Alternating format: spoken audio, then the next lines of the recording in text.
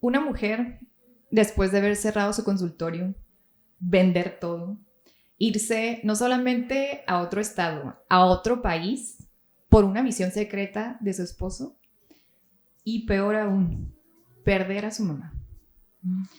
Esto la ha consolidado no solamente como una de las mejores terapeutas de la ciudad, también de México y de Latinoamérica, atendiendo pacientes de diferentes profesiones y que ha podido exponenciar todas las cualidades de ellos y darlos de alta.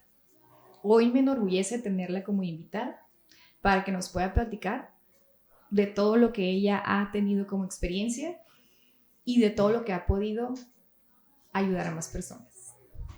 Así es que bienvenida hoy a Talina Cuenta. Muchas gracias, Melissa, por esta invitación. Ay, me encantó el intro. Muchas gracias por esos pensamientos hacia mí, hacia mi trabajo. Y pues bueno, aquí estoy abierta a contestar. Principalmente la invitación es no hablar de la psicóloga, de la persona exitosa que eres, de la mujer multitask que te conviertes, de que haces que tu día no dure solamente 24 horas, sino que dure más tiempo, sino que nos platiques de todas esas preguntas que muchas personas quisiéramos saber o quisiéramos entender, y que platiques qué hay prácticamente detrás de cámaras. Ok. Entonces, si me permites, la primera pregunta que me encantaría que nos pudieras platicar, decir, y creo que muchos tienen la duda, ¿no? ¿Quién es Talina de niña? ¿Qué le gustaba hacer a Talina? ¿Qué le gustaba comer a Talina cuando era una niña? Híjole, ahí viene mi historia de atrás para adelante. Talina de niña, bueno, inicio con el contexto, ¿no? Soy hija de papás mayores. Mis papás ya estaban mayores cuando me tuvieron. Mis hermanas me llevan 10 años. Entonces, cuando nace Talina, se mueve un poquito la dinámica familiar. Realmente mis hermanas me cuidaban mucho. Más que ser como hermanas, eran maternales. Mi mamá fue una mamá muy maternal conmigo, una mamá muy compañera. Siempre estuvimos juntas. Mi papá, pues hombre proveedor que salía a consultorio, regresaba. Una familia clásica conservadora, se puede decir de cierta forma. De niña, con esta parte de ser hija de papás mayores, yo tenía como insertada esta parte de ellos ya están grandes. O sea, me tengo que portar bien. Entonces me cuadraba mucho. Yo de niña, mi mamá me decía, ponte a colorear. Yo me podía quedar ahí 1 hora, 2 horas, ¿no? O sea, no hacías travesuras. No hacía travesuras. Eso ya surgió después, ya de adulta. De niña, no. La verdad es que fui demasiado bien portada. Cuando llega la adolescencia, o sea, voy a hablar un poquito como de ambos periodos. Esa era mi siguiente pregunta. Ya me la brinqué. Plática. De adolescente seguí tranquila. O sea, realmente, bueno, siempre he sido, tengo por ahí dualidad, ¿no? Entre energía y tranquilidad. Pero de adolescente también fui una adolescente tranquila. En la adolescencia me empecé a percatar más, me tomé más conciencia de la edad de mis papás. Mi mamá por ahí empezó con ciertas condiciones médicas, empezó a enfermar. Entonces, más yo registraba, tengo que ponerme en paz, ¿no? O sea, no puedo aquí desentonar mucho las cosas. Y pues bueno, o sea, realmente tuve una adolescencia pacífica, tranquila y fue fluyendo, ¿no? ¿Cómo fuiste pensando o cuál fue tu parteaguas para decidir dedicarte a salud mental? Mira, tengo recuerdos. Mi hermana me lleva 9 años, ella ya estaba en la preparatoria y yo recuerdo que ella iba... Amamos a Vanessa. Vanessa, sí. Vanessa, hay que mencionar. Vanessa, sí. Ella iba en trabajo social y yo me acuerdo de haber visto libros. Siempre fui muy lectora. Desde niña me encantaba leer todo lo que yo me encontraba. Entonces, yo me acuerdo que yo veía sus libros y yo no los entendía muy poco y lo que alcanzaba a entender me encantaba. Y recuerdo un libro viejísimo que se llamaba Higiene Mental, ¿no? Que yo lo llevaba y lo trataba de entender y lo descifraba a mi edad. Llega a la preparatoria y ya en la preparatoria también tomo trabajo social y me dan derecho, me dan psicología y obviamente empiezo a sentir como una pasión por esta parte de la conducta humana, ¿no? De entender, de investigar, como una mente muy curiosa de mi parte. Y así fue como decidí, o sea, yo no tenía entre A o B o C, yo decía nada más allá, nada más hay psicología. Y desde el momento 1 supe que era mi carrera. Quiero saber también, porque obviamente en la parte formativa, en la parte que estás universitaria, pues te instruyen con la literatura, con los libros, pero pues no te instruyen a cómo conseguir pacientes. Y digo, aquí ya me estoy adelantando un poquito a las preguntas que te tengo, a los cuestionamientos que quiero aprender de ti y que le quiero compartir a las demás personas, pero ¿cómo empiezas a incursionar en redes sociales? O sea, ¿cómo viene esa parte tan creativa? Porque cualquier persona que revise tus plataformas digitales en Facebook o en Instagram puede ver un perfil súper bonito, súper astérico, pero siempre con un mensaje súper profundo. Tú puedes meterte a tu página y hasta los colores, hasta el mensaje, hasta son como a veces o bofetadas con guante blanco, son como que, oye, necesitaba leer ese mensaje. Entonces, ¿cómo llega esa parte de psicóloga Talina a explorar eso y a que te hagas viral, a que la gente te reconozca y a la gente te busque y a que los pacientes le generes esa confianza y cómo llegas tú a tanta gente? Porque, como lo mencioné, no solamente eres la mejor de Tijuana o sea, México, o sea, eres reconocida en Latinoamérica, o sea, cómo llega gente a buscarte de Perú o gente que es de México pero que vive en otro continente, o sea, ¿cómo llega esta parte de plataformas digitales en tu vida? Ok, siempre en este afán de compartir, de escribir, porque me encanta escribir, me encanta leer, entonces en este afán de hacerlo, yo lo hacía desde mis perfiles privados, ¿no? Desde mis perfiles de personales. Entonces llegó un momento que dije, bueno, también estaría bien compartirlo y que lo viera más gente, que se quedara abierto y público. Entonces empecé así como de forma muy autodidacta a compartir.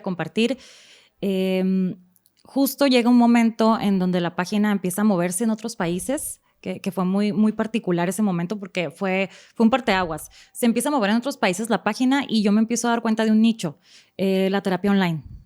Que esto, hoy por hoy, pues ya todo es online a partir de la pandemia, pero te estoy hablando de que será hace como unos 10 años de esto, entonces no era tan común que hubiera terapia online. Me empiezo a dar cuenta... Siento que tú sí eres de las primeras que dio brecha a dar consulta en línea. Sí, te voy a decir, fue muy curioso cuando yo empecé a dar terapia en línea.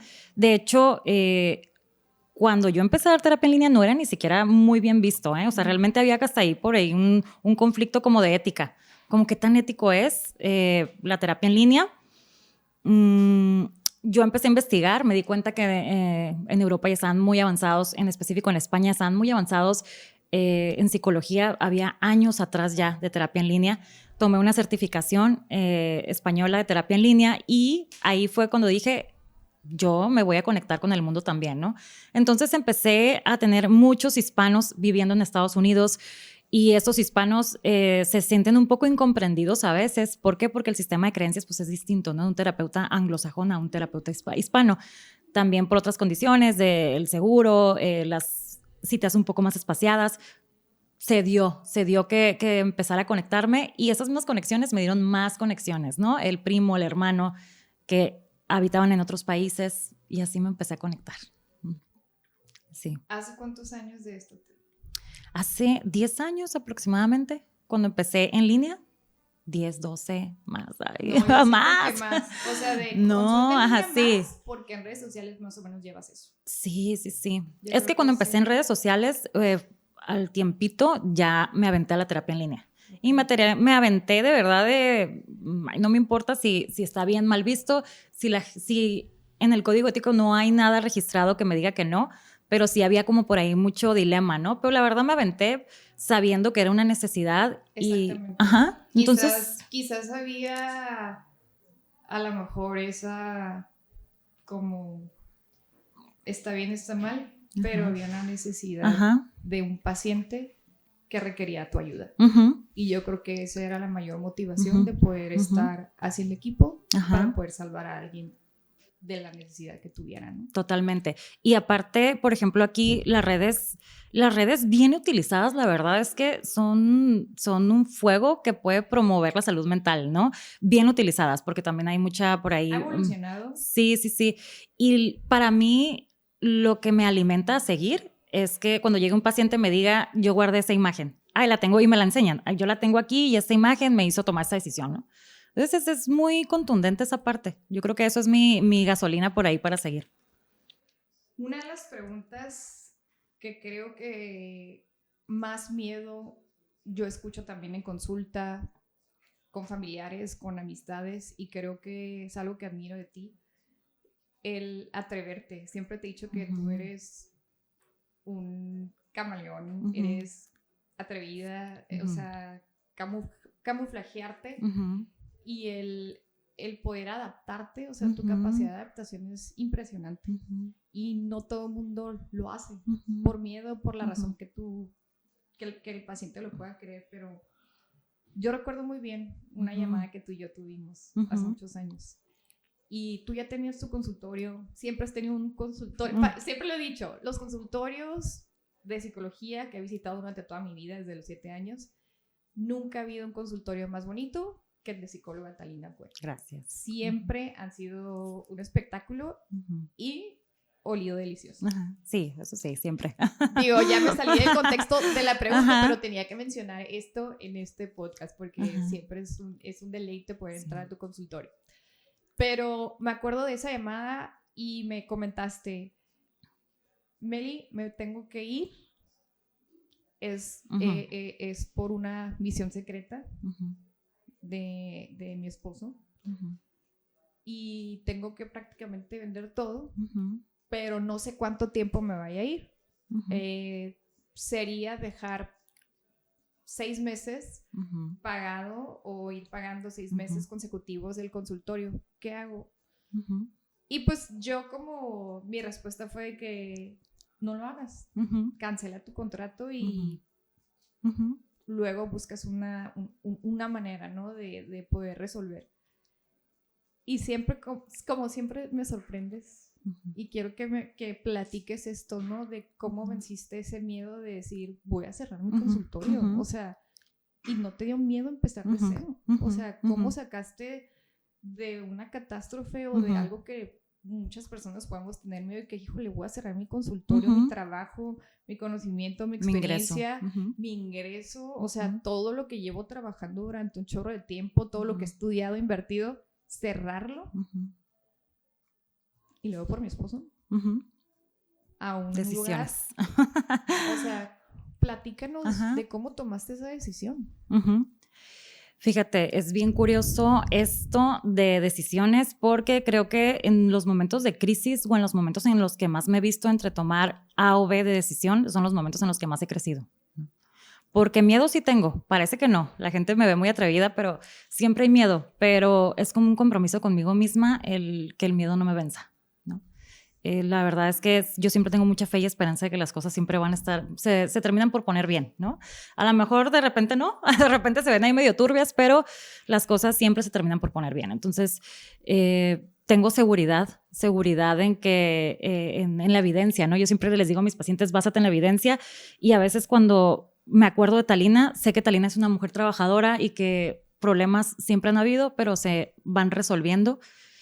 Y eso es lo que me empuja, ¿no? A decir, ¿sabes qué? Sí, ¿no? A través de una decisión vienen cambios y somos seres en movimiento. Yo no me puedo quedar estancada, ¿no? Y creo que ha sido una de mis visiones, el compromiso conmigo misma, ¿no? El pensar en mí. En ese momento recuerdo ese consultorio, recuerdo esa llamada. La verdad es que he iniciado muchas veces de cero. Entonces ya sí. eso ya es un miedo vencido. Ya sé, yo sé, y dije, o sea, obviamente dije, ha empezado muchas veces. Es una prueba, obviamente, de resiliencia en muchos sentidos, que literal no nos bastaría una hora de podcast de platicar todas las veces que has vencido tu propio miedo y has salido exitosa, triunfante de todas las pruebas que has tenido. Y sí, me consta, con mis propios ojos he visto cómo has empezado de cero y cómo te ha ido exageradamente bien. O sea, cómo te ha ido 1000 veces mejor de lo que pudimos haber pensado que a lo mejor no. Yo tengo otra pregunta. A ver. Esta pregunta también está un poco fuerte porque irte a un país Ujú. donde no dominas el idioma, no conoces absolutamente a nadie, Ujú. climas totalmente extremos, Ujú. o sea, un frío donde te tienes que poner 80,000 capas Ujú. de ropa que ni siquiera tú conocías que existía. Tanto térmico. Tanto térmico que literal, y luego más tú por tu piel, o sea, Ajá. que la nariz se te ponía un nivel de rojo Rojísima. irreconocible. Sí. Es el estar tan lejos y luego aparte pues tu esposo estaba en una misión, ni siquiera tenías contacto con él, Ujú. o sea, ¿cómo no te volviste loca? Ay, pues aquí viene la respuesta. Pues sí me volví, mira, sí medio me volví, pero la verdad, yo cuando llegué allá, tomé la decisión, me fui. Obviamente mi acercamiento a Estados Unidos como fronteriza siempre ha sido Tijuana, San Diego, ¿no? Entonces yo me voy a un pueblo, me voy al estado de Kansas a un pueblo militar, en donde las personas sean contadas, donde el clima era muy extremo, era muy, muy frío. Y yo llegué muy guerrera. Yo llegué y dije, ay, a mí nada, todo me hace los mandados. Llegué muy guerrera, pero pues esa guerrera duró muy poco, porque la verdad sí empecé a sentir que mi dopamina se empezó a bajar, empecé a sentirme apagada, un poco triste, pues había dejado mi trabajo, tenía las redes, pero aún ahí todavía no sacaba la terapia online, que ese fue un momento de crisis que me empujó y me direccionó. ¿A qué? Pues a esta parte de dar consulta online. Siempre he pensado que somos mente, cuerpo y espíritu. Entonces, sí o sí, si aterrizas mente, cuerpo y espíritu, te vas a restablecer nuevamente. O sea, siempre, ¿no? ¿A qué voy con esto? Dije, ¿qué está pasando conmigo? Había un segundo día, ahí fue cuando yo dije, qué alerta tan grande. No salía para nada porque obviamente estaba nevando, cerraban las calles. Qué alerta tan grande que un día yo a las 12 del mediodía estaba en cama, ¿no? Cuando yo no tomo siestas, no me gusta. Entonces, ahí dije, ¿qué está pasando conmigo, no? Todos mis días son iguales, empecé a perder motivación. Ahí fue cuando yo dije, me voy a rescatar porque al final nadie va a venir a rescatarme. Yo tengo que rescatarme sola. Entonces, en ese momento yo digo, a ver, ¿qué hago? Empiezo a tomar terapia online, yo como paciente, ejercicio físico para subir mi dopamina, ¿no? También. Yo me recuerdo ir al gimnasio y ir con la lagrimita aquí de que no, yo no quería ir, pero me lanzaba, ¿no? Iba y empecé a alimentarme un poco mejor también.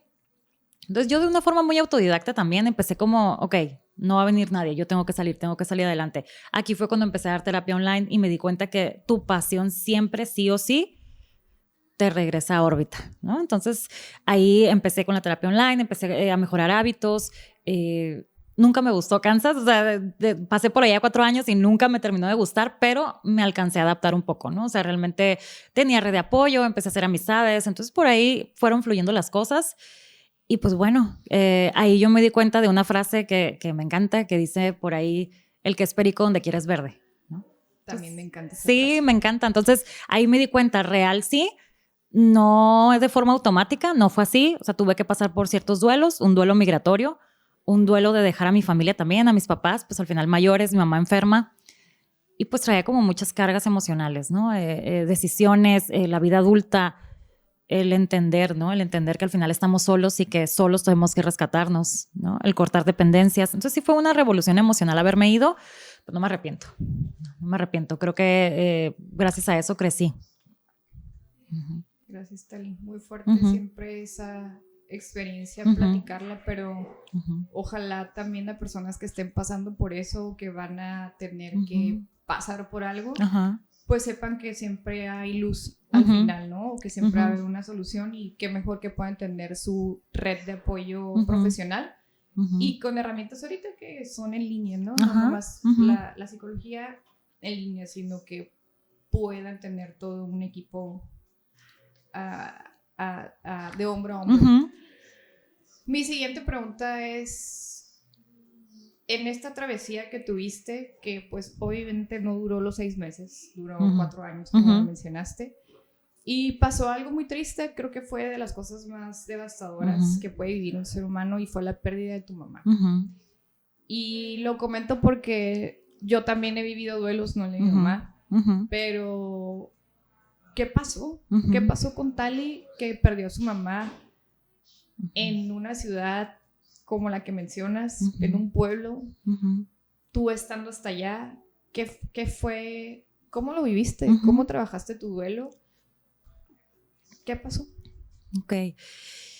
Ha sido uno de los eventos más significativos de mi vida, el haber perdido a mamá. ¿Por qué? Pues porque al final hay dolor, ¿no? Aunque es la ley de la naturaleza, que lo sabemos, hay un sentido de desprotección cuando pierdes a uno de tus padres, ¿no? O sea, te sientes solito en el mundo, y realmente así me sentí. Mi mamá tenía ya años en cama, ella tuvo un accidente cerebrovascular y hubo una decadencia por ahí física, y esto pues la llevó a estar en cama, la llevó a tener otro tipo de enfermedades. Cuando yo me voy de la ciudad, ella está enferma, está en cama, y era algo que a lo mejor me pasaba mucho por la mente, ¿no? Mamá se va a ir en algún momento. Pero aunque te pase mucho por la mente, nunca estás listo, nunca estás totalmente preparado. Yo recuerdo aquel día, lo recuerdo perfectamente, era septiembre, yo estaba por ahí mensajeando con mi hermana, y mi hermana me dijo, tengo como un presentimiento, como que no sé, las cosas no van bien. Y nos quedamos hasta tarde mensajeando. Cuando yo me quedo dormida, no sé, 12, 1 de la mañana me quedé dormida porque estábamos mensajeando. Cuando me despierto tengo un mensaje en el chat que dice, Tali, mi mamá falleció, ¿no? Entonces yo lo vi y obviamente pues entré como en pánico, me dolió mucho, sentí una presión en el corazón. Empiezo a ver vuelos y veo que el vuelo más pronto es al día siguiente, lo tomo. Y cuando vengo acá a Tijuana, que tomé ese vuelo, pues me salían las lágrimas, ¿no? Por ahí en el avión me preguntaban que si estaba bien, porque me vine sola, o sea, la gente desconocida me decía que si estaba bien. Y se me salían las lágrimas, y aparte en sollozos, así, sí venía llorando en el vuelo. Ya llego a Tijuana, ya pues abrazo a mi papá, abrazo a mi hermana. Alcancé a despedirme de mi mamá antes de que la cremaran, que para mí eso fue fabuloso.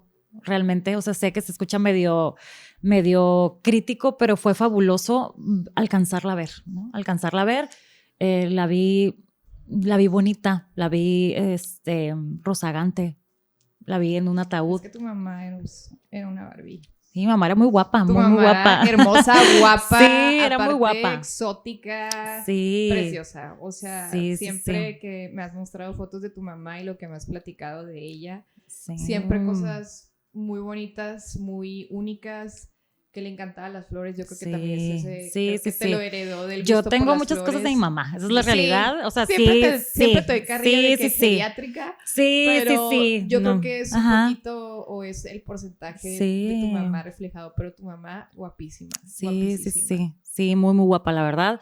Muy única, muy, muy locochona. Yo creo que eso era lo que ahí es nuestro común denominador. Y cuando la vi ahí, la verdad, yo sentí que yo cumplí con todo, ¿sabes? O sea, la verdad es que sí hay duelos que se procesan distinto. Hubo dolor, pero hay un entendimiento de que estoy satisfecha con la hija que fui, ¿no? Entonces yo creo que ese es mi cierre de duelo. Y aparte, creo que el despedirte también te ayuda mucho a poder trabajar el duelo. Totalmente.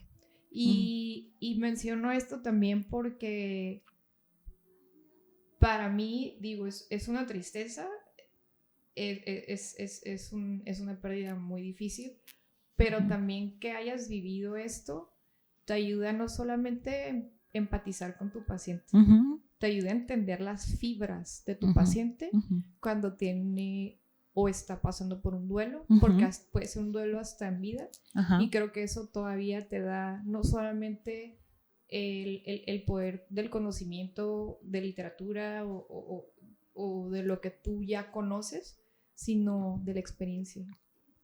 Y eso todavía te ayuda muchísimo más a poder sacar o ayudar a tu paciente. Entonces, eso es algo que siempre te he admirado también, Tali, de cómo has podido también ayudar a muchos pacientes que han pasado y que pasan por duelos. Pues gracias de nuevo por compartirnos esto tan único. También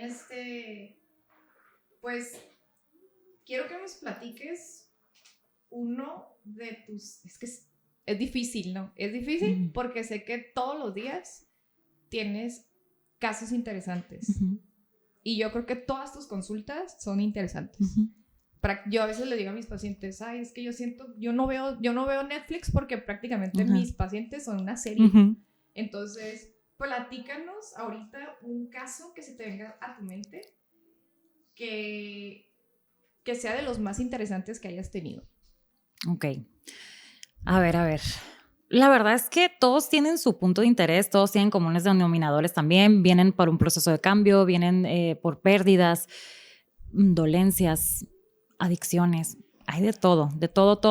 Creo que la profesión a veces rige un poco o le da por ahí como matices al norte de la terapia, ¿no? Tengo todo tipo de profesiones, tengo personas que se dedican a la prostitución también, que a lo mejor puede ser como una, sí, ¿no? O sea, una profesión controversial hasta cierto punto.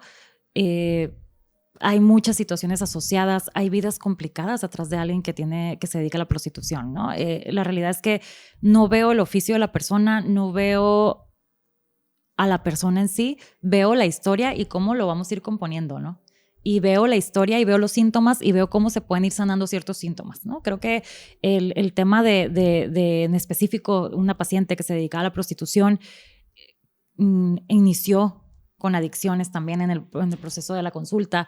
Se fueron mermando las adicciones, se fueron disminuyendo cada vez. ¿Qué edad tiene o tenía esa paciente? Esa paciente tiene ahorita alrededor de 26 años o 27. Okay. No llega a los 30. Y ver su evolución también, ¿no? O sea, sí había una toma de decisiones de dedicarte a la prostitución. También era una persona que se dedicaba a ser estudiante, te sacó una carrera profesional. Estaba en adicciones y tomó la decisión y tomó las herramientas para poder salir de las adicciones. La realidad es que es un tema muy admirable, ¿no? Muy admirable independientemente de las decisiones que después ya empiezas a tomar. ¿Por qué? Porque esas decisiones aplican para tu vida, ¿no? Aplican para tu vida y creo que en el respeto de la terapia también se da eso, ¿no? Que así como dicen que todo se da en la viña del Señor, la realidad es que en terapia cada persona que llega trae un cuadro distinto, trae ideas distintas. Hay muchas situaciones en terapia que no es que no te dejen de sorprender. La verdad no tengo yo siempre he dicho que no tengo como tan abierta esa parte del morbo, o sea, realmente nada me impacta tanto. Solo estoy enfocada en el tratamiento, ¿no? O sea, pero sí, o sea, interesantes todos, pero cuando ves vidas también de dolor, son muy interesantes en el sentido de la resiliencia, ¿no? De ver cómo van pasando, van surgiendo, se caen, se vuelven a levantar, ¿no? Y el caso de ella, por ejemplo, pues es un caso real, ¿no? De abuso, adicciones, de mucho dolor, de mucha pérdida y resiliente, ¿no? Al final. Pero aquí hay que recalcar que en todo este proceso estuve acompañada por ti. Sí. Tú fuiste su red de apoyo y yo creo que si no hubiera estado acompañado por una profesional, tal vez no hubiera podido dejar las drogas, tal vez no hubiera podido consolidar una carrera profesional. Aquí volvemos a la importancia también de acercarte, aún seas quien seas, estudies lo que estudies, te dediques a lo que te dediques, cómo marca la diferencia ir a una profesional, ¿no? Y pues tú, o sea, una profesional como tú, o sea, dejar las drogas no es cualquier cosa. Terminar una carrera tampoco, hacer todo al mismo tiempo, eso es un caso muy fuerte ese. Y yo creo que como eso se has de tener mucho más. Y sabes, creo que la clave es el apego a tratamiento. O sea, más que otra cosa es un apego a tratamiento, es la decisión, la voluntad, sí, pero el apego a tratamiento te da ese plus de que la persona esté abierta también a tomar las herramientas que están, ¿no? Ok, vamos a hacer un tratamiento combinado, psiquiatría, psicología, ok, va, me lo aviento y tengo apego, ¿no? Entonces creo que ahí es cuando hay muchos triunfos en terapia. Otro de los datos que existen ya a nivel nacional, o sea, a nivel México, México está catalogado como de los países más infieles. Y por ser frontera también, Tijuana está catalogado como de los estados más infieles. ¿Qué es lo que tú has visto en consulta? Y no nos vayamos tan lejos. Estos últimos 10 años, 5 años, ¿qué son las detonaciones? ¿Cómo tú has ayudado tanto a hombres y mujeres? ¿Qué estadísticas ves tú ¿Cómo has podido tú con tu conocimiento, qué herramienta les puedes dar? Y por qué lo hacen? O sea, tengo tantas dudas de ese tema, ¿no? Porque ese también es un tema muy interesante y es de los más comunes en consulta privada. Ok, es que es un tema controversial. También entran por ahí muchas, pues muchas teorías, muchas opiniones encontradas, tanto quien sufre la infidelidad como quien la comete. Obviamente son posturas distintas. Pero aquí viene algo bien interesante. En terapia yo una primera consulta siempre digo, la moral se queda allá afuera, ¿no? Aquí no hay temas morales, ¿no? Que esté bien o esté mal, de hecho, la palabra bien y mal son palabras que yo no menciono en terapia, ¿no? Se quedan allá afuera, yo no las voy a decir, ¿no? Entonces, partiendo de ahí, sí he visto un repunte de infidelidad, sí. Hay muchos factores asociados, que ahora estamos más expuestos a redes, ahora el tema conformidad e inconformidad, ¿no? Creo que nos hemos puesto muy demandantes con lo que nos hace feliz, ¿no? Hay una búsqueda insaciable y que abarca la infidelidad y cualquier tema, ¿eh? La gente está buscando la felicidad o esos picos dopaminérgicos en cualquier parte, ¿no? Entonces es como esa sensación de ya no estoy siendo feliz, estoy muy aplanado, tengo que ir a buscar dopamina. Por ahí hay unos libros que le llaman dopamina barata, ¿no?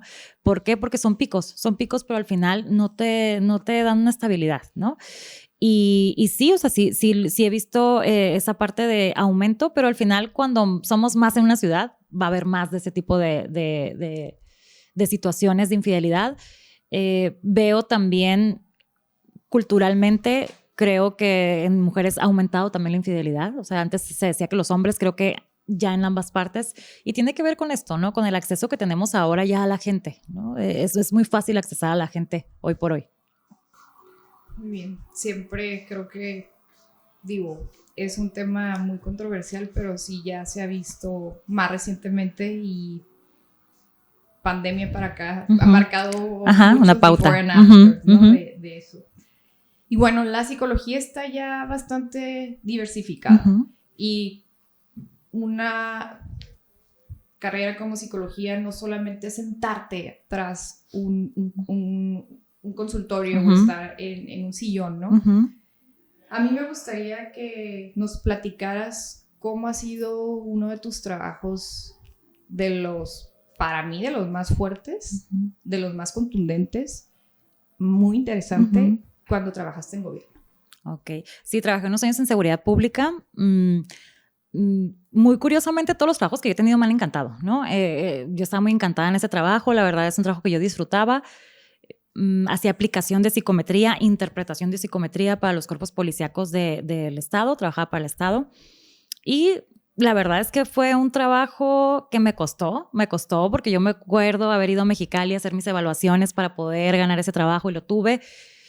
Y era un trabajo que me encantaba, que obviamente es un sistema, como todos sabemos. Al final también tomé la decisión cuando me fui, también renuncié a gobierno, porque tenía consultorio y aparte estaba en gobierno, estaba mixta, pero renuncié, que no me gustaba, pues al final que sí hay muchos detalles, ¿no? Detalles que a veces no empalmaban. Me gustaba mucho mi capacitación, mis actividades, todo lo que yo hacía, el estar con las personas que querían ser parte del cuerpo policíaco, pero a veces la estandarización pues no era la adecuada, ¿no? Ejemplo, yo firmaba aportaciones de arma, y a veces no cumplían con los requisitos de coeficiente intelectual, ¿no? Salían muy bajos. Y era no nos podemos quedar sin policías, ¿no? No nos podemos quedar sin policías, ni modo, ¿no? O sea, de esto saca lo que se pueda, pero al final no era cumplir un perfil, pero pues era lo que se podía rescatar, ¿no? Entonces sí, era como muy controversial esa parte a manera personal, ¿no? A manera personal, era un trabajo que me abrió muchas ventanas de realidades, ¿no? De realidades, de cosas que a lo mejor yo ignoraba, ¿no? Ignoraba muchas historias de vida de los policías, tanto municipales, estatales, custodios penitenciarios, muchas vidas, ¿no? Muchas vidas, muchas situaciones grises a veces, algunos abusos, cosas por ahí complicadas, ¿no? Y me abrió ventana de perfiles, ¿no? Ahí sí me pude dar cuenta de que hay más mundo, hay más vida. Recuerdo muy bien también haber ido, continuamente iba al hongo, al Cerezo del Hongo.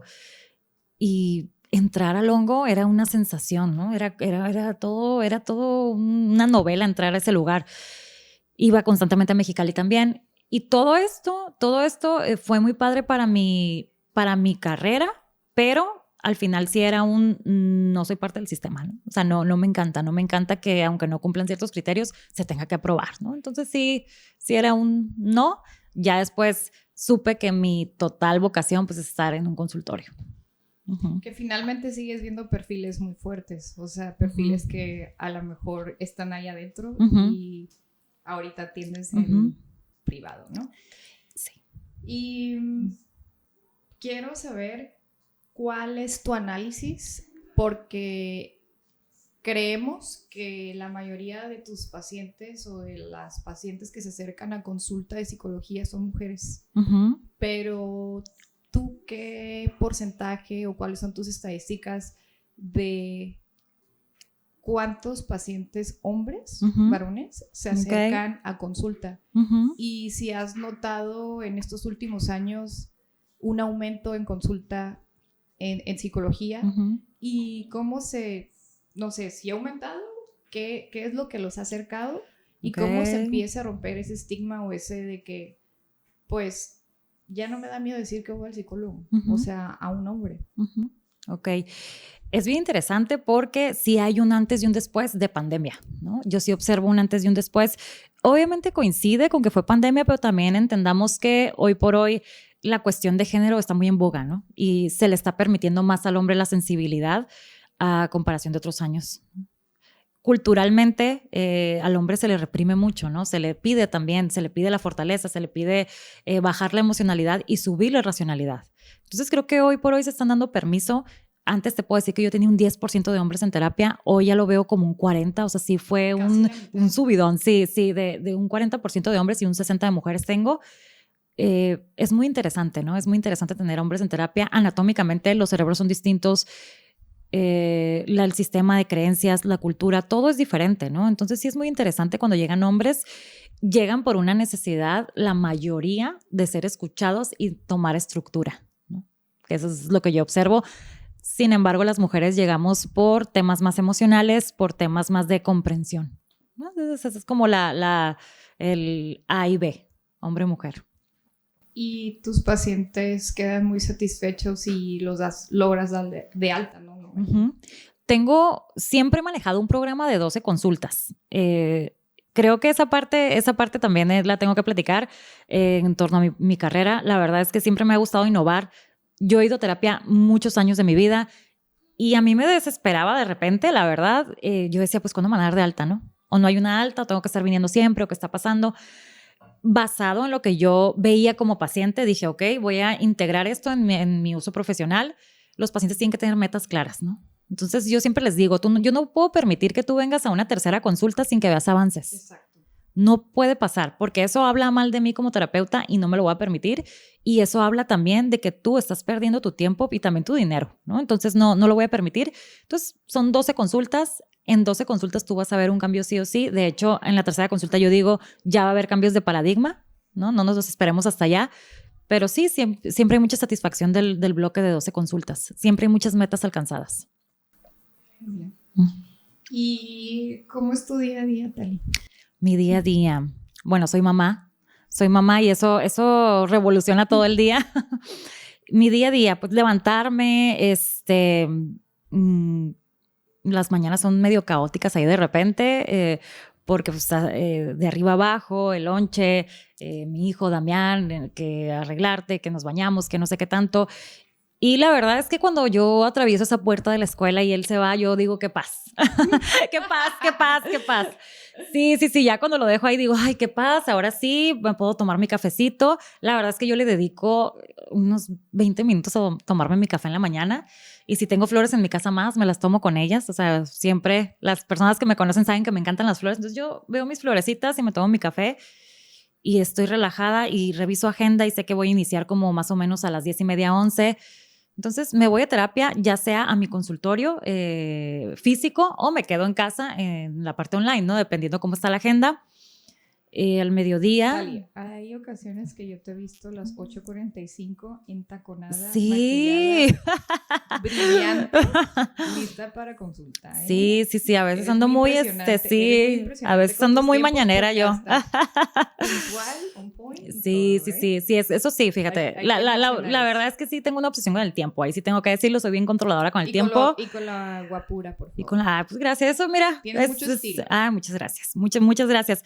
La verdad es que siempre he pensado también que mi primera impresión es en el espejo, ¿no? Yo no sé cómo me va a ver la gente, pero yo tengo que levantarme y permitirme a veces la flojera, no sentirme bien, sí, pero esa Talina siempre se tiene que levantar, se tiene que arreglar, se tiene que poner perfume, tiene que salir, subirse al carro, escuchar la música que le encanta y de ahí hacer mi día, ¿no? O sea, realmente esté como estén las cosas, ¿no? A lo mejor por allá mi vida se anda incendiando, pero estén como estén las cosas, me tengo que levantar y tengo que seguir, ¿no?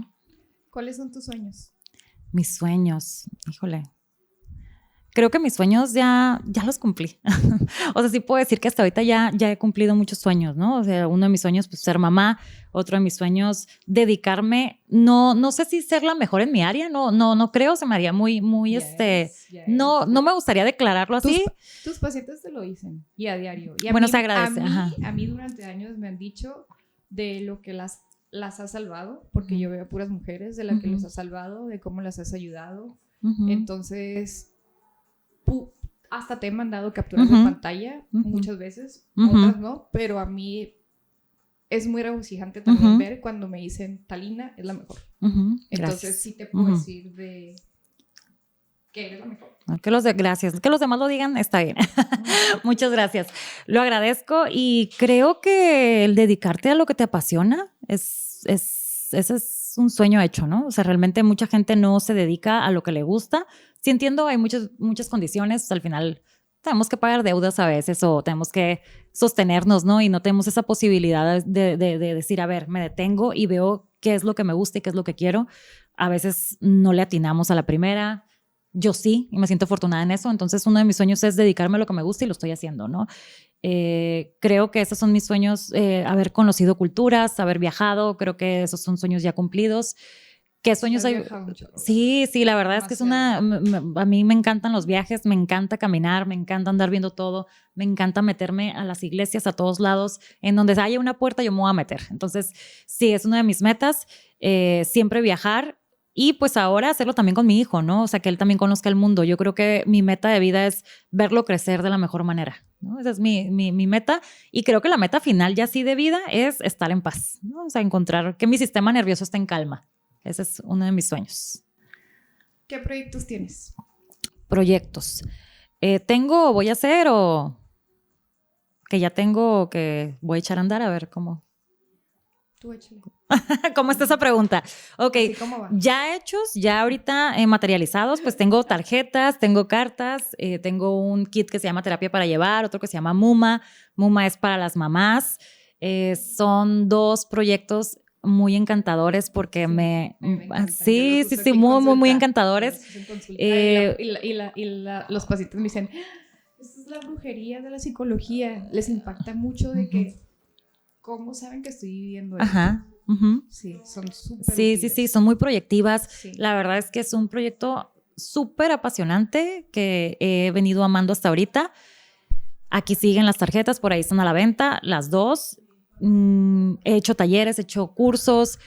Hoy por hoy quiero diversificar más. O sea, esa siempre es mi meta, diversificar la psicología, que la psicología llegue a más personas en productos y yo creo que por ahí voy a ir, ¿no? No sé todavía qué productos vienen más adelante, pero seguramente viene algo interesante.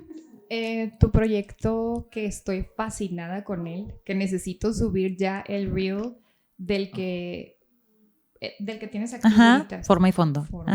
Platícanos de él. Bueno, Forma y Fondo es un programa que yo diseñé totalmente para las mujeres porque me di cuenta que había una necesidad. La necesidad de sentirte bien en la ropa que usas, de habitar esta ropa, pero también hacer las paces con tu historia de vida, ¿no? Con todas las creencias que tenemos asociadas a seguridad personal, a cómo me estoy viendo en el mundo.